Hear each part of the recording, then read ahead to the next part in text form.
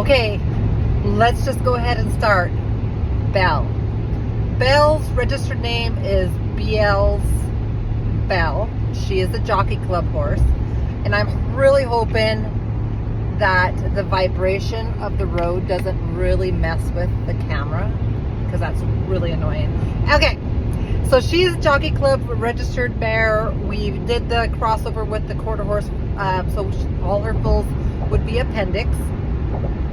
She was live covered by a very good friend's stallion. This would be her second foal by that stallion. Her first foal is a filly. She is 3 years old this year. I think she's 3 or 4. She might be 4. She's 4. Anyway, little and thick. You would never know that filly was half thoroughbred, but Belle fools people all the time. When people see Belle, they do not even think that she is thoroughbred. They don't, in fact, they honestly think that I'm not quite telling the truth. She is what I call old school thoroughbred. Big bone, thick, beautiful shoulder, nice hip on her. She has got nice big feet. She is like 15.3. We had a half brother to her. My son took him and took him up through the levels of eventing, and he actually sold him down in South Carolina. But Belle is just an outstanding mare. When she was 2, the breeder sold her, or I don't know what they do in the racehorse world, but they do some different things than I would do. Anyway, so he sold her, and when she was 2, the trainer got in a wreck with the vehicle, and Belle has scars on her front legs, and I know she has old scars on her face, which you can't see now. So when we got her because I had some of his foals in my barn, and I was conditioning. We were halter training.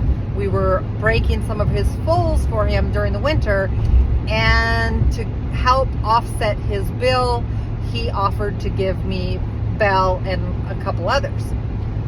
So that's how I acquired Belle, which I've always liked Belle. I love the way she looks. I love that she doesn't look like modern thoroughbreds.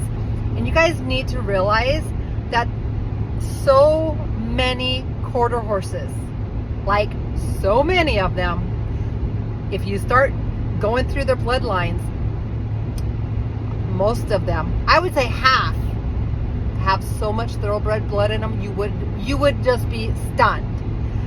Thoroughbred blood is all over in the quarter horse world. So that is just something to note, because there's so many people that will snub their nose, which I used to be one of them, at thoroughbreds, until my son got some, and I was like, gosh, them are dang nice horses. So, I have Belle. This is her second foal. She was live covered. We did try to AI her, and she just wouldn't settle, and we did that 2 years ago. And so I took her to the friend's place, pasture bred again, and she came back last fall, and I knew she was close, but we didn't know if Piper or her were going to be first, because all I had was the date I took Belle to the stallion. I didn't know when exactly he bred her, but we knew when we bred Piper. So them two were like head to head, and thank goodness Belle went first, because there's a story to that. So it was May 10th, Saturday morning, when she finally foaled. Now, she had been dripping milk, and when I say dripping milk, I mean milk covered legs. Her back legs were covered with milk.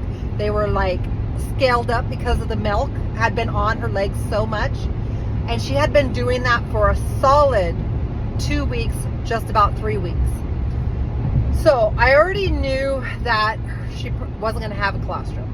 So, thank goodness that our vets always keep plasma on hand. If they run out, they get it ordered in right away.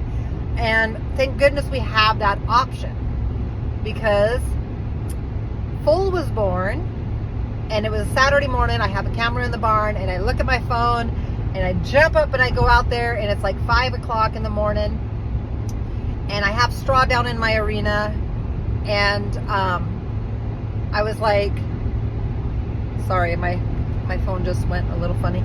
Anyway, so I run out there because I seen the foal with Belle, right? And I was like, holy crap. So I run out there. It's a little stud colt, and he's a little bit constricted in the front, which I had another thoroughbred, and he was like windswept. He wasn't constricted. And so he was like, his front legs, what I say is looked like a little spider, because they were kind of like that, you know, instead of nice and straight. But he was up, he was following Mama around. I didn't think he had eaten. And at this point, even if he did eat, it wouldn't matter so much, because I know she doesn't have colostrum. So I called my vet, and Dr. Moki was on call, and she says, bring him in. So we brought him in the morning. She went ahead and gave him plasma. And at that, before I got him in there, I went ahead and milked her, because we put her in a stall, and he wasn't quite, I mean, he was strong. He was up, obviously, but he wasn't strong enough to get up there and nurse, and partially, and you know, if they're contracted, they're not constricted, they're contracted. I call, you know, apples, oranges, whatever. Potato, that's what it is. Anyway, so he's contracted, so he can stand and he can move, but you know, the more milk, colostrum mostly, they take in, the faster and the better that stuff relieves itself, right? So I went ahead and milked her. I fed him, and what I used was a lamb nipple. You know, the nipples that are red and they have the yellow and they screw right on a water bottle? That's what I used. Thankfully, all my mares are used to me up under their bellies and around their bellies. They trust me, they know me.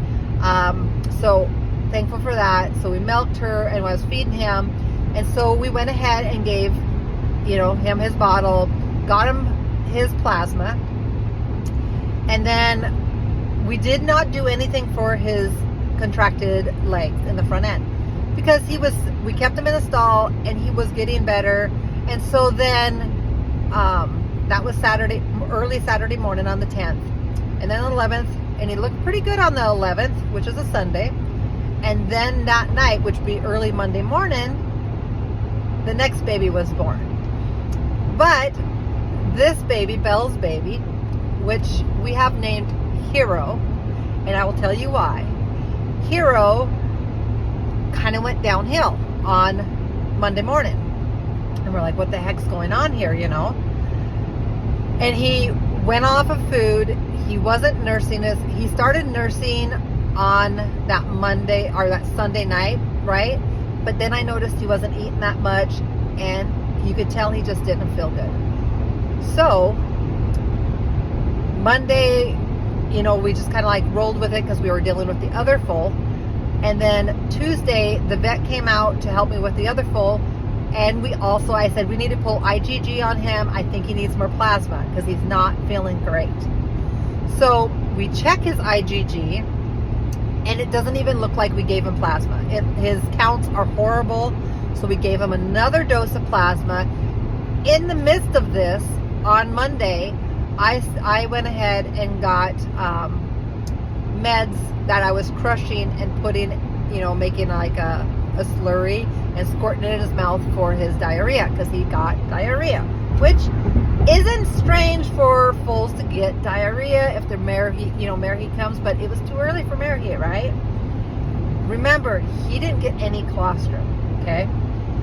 So Tuesday rolls around, and Gary came out, and he checks his IgG, and he's like, holy cow, it doesn't even look like he had plasma. You know, we knew he didn't get colostrum, but it didn't even look like he had plasma. So we gave him plasma again, and then we continued with the crushed pills for the diarrhea. And 2 days later, I mean, it's not even touching it. His diarrhea is still horrible. We got him on biofoam, or buy a sponge. I mean, we're doing everything to try to get control of this diarrhea. So we take him back in, and she puts an IV in, and she goes, you can do this at home. Plus, this is in the middle, this is like middle of May, and they are, our vets, AI, a ton of mares. They're very good at it, so they are just stacked, right? And they're full. They got mares everywhere. And she's like, we don't have room, but you can do this. Like, she's like, I know you can do this. So they showed me how to flush the port, and all the things. So we hit him with IV fluids, the IV antibiotics, plus additional IV, IV meds. So we did that for 5 days. I think we did the IV fluids for like 2.5 or 3 days. And we finally, after over almost a whole 2 weeks, we finally got control of the diarrhea. And it slowed his growth down. His legs did uncontract, his front legs. He was still windswept. Like, this baby was windswept in the hind end. He's a little knock-kneed in the front end. So, the vet's like, let's just rasp his feet, kind of like help as he grows. And the good old-fashioned, don't turn him out. Like small areas and stuff, which my arena is, at this point I had interior stalls built because it's easier to clean them than my small stalls. So the arena was essentially 60 by 60, and then we had an outdoor pen, so he couldn't like rip around and stuff like that. So Hero was windswept. He had diarrhea for a solid week, almost 2. And I tell you what, that colostrum is such a big deal. And plasma, yes, helped save his life. But that colostrum, there's just no replacing it. So, so he finally come around, and his name is Hero because thank goodness he was born first. Because he's the only reason I believe that we were able to save the next foal. Because with these foals this year, since May 10th through almost all of June, my schedule was every 2 hours I was in the barn around the clock. And the first couple days of that, you get wicked headaches. You feel like you've been on a bender. I mean, I was like, and I was functioning, but thankfully I have adult kids and I have really good people around me, so they helped in other areas so we could survive. So every 2 hours from the May 10th, I was up every 2 hours and out in the barn. And because I had to feed foals, I had to milk the mares and keep that going. And so that is part of the reason his name is Hero, because of that schedule that I had to keep him fed, to keep doing that. That is the only reason Piper's foal is here with us today. And there's a big chance that we could have lost Piper if Hero wouldn't have been born first. So Hero today, he's not as big as the third foal. But mind you, my third foal came out textbook. No diarrhea, no contracted tendons. She came out rip-roaring, and she is just a firecracker. Now, her mama is built like a brick, but Hero is coming along beautifully. He's blossomed. We've gotten his legs really well. Like, they're a little bit, but you know what, with time and some corrective trimming and just staying on it, I think that he will be, you won't even know. He's come a really long ways, and Hero is a ham. Hero demands butt scratches. So in the middle of this, he had diarrhea so bad that around his tail, literally like about 4 to 6 inches on each side of his tail, he had such nasty diarrhea that he had no hair. I should look to see if I have a picture of it. If I do, I'll share it. He had no hair on his butt cheeks because of the diarrhea was so bad. Now, in the middle of it, my vet says, hey, if you get Decidin like you do for baby rashes, diaper rash, that will help. But he lost all his hair, so he had what we called a monkey butt. Like his little butt cheeks, they were just little white, little black monkey butt. And his hair, then baby hair grew back, and it was the softest little baby hair. And of course, he loves it itched. So that is Hero and Belle's story. And like I said, leading into Piper's story. So Piper, I will get into her story next. And thank goodness for Hero and Belle, because without them, there's a good chance that Piper wouldn't be here today, and neither would her foal.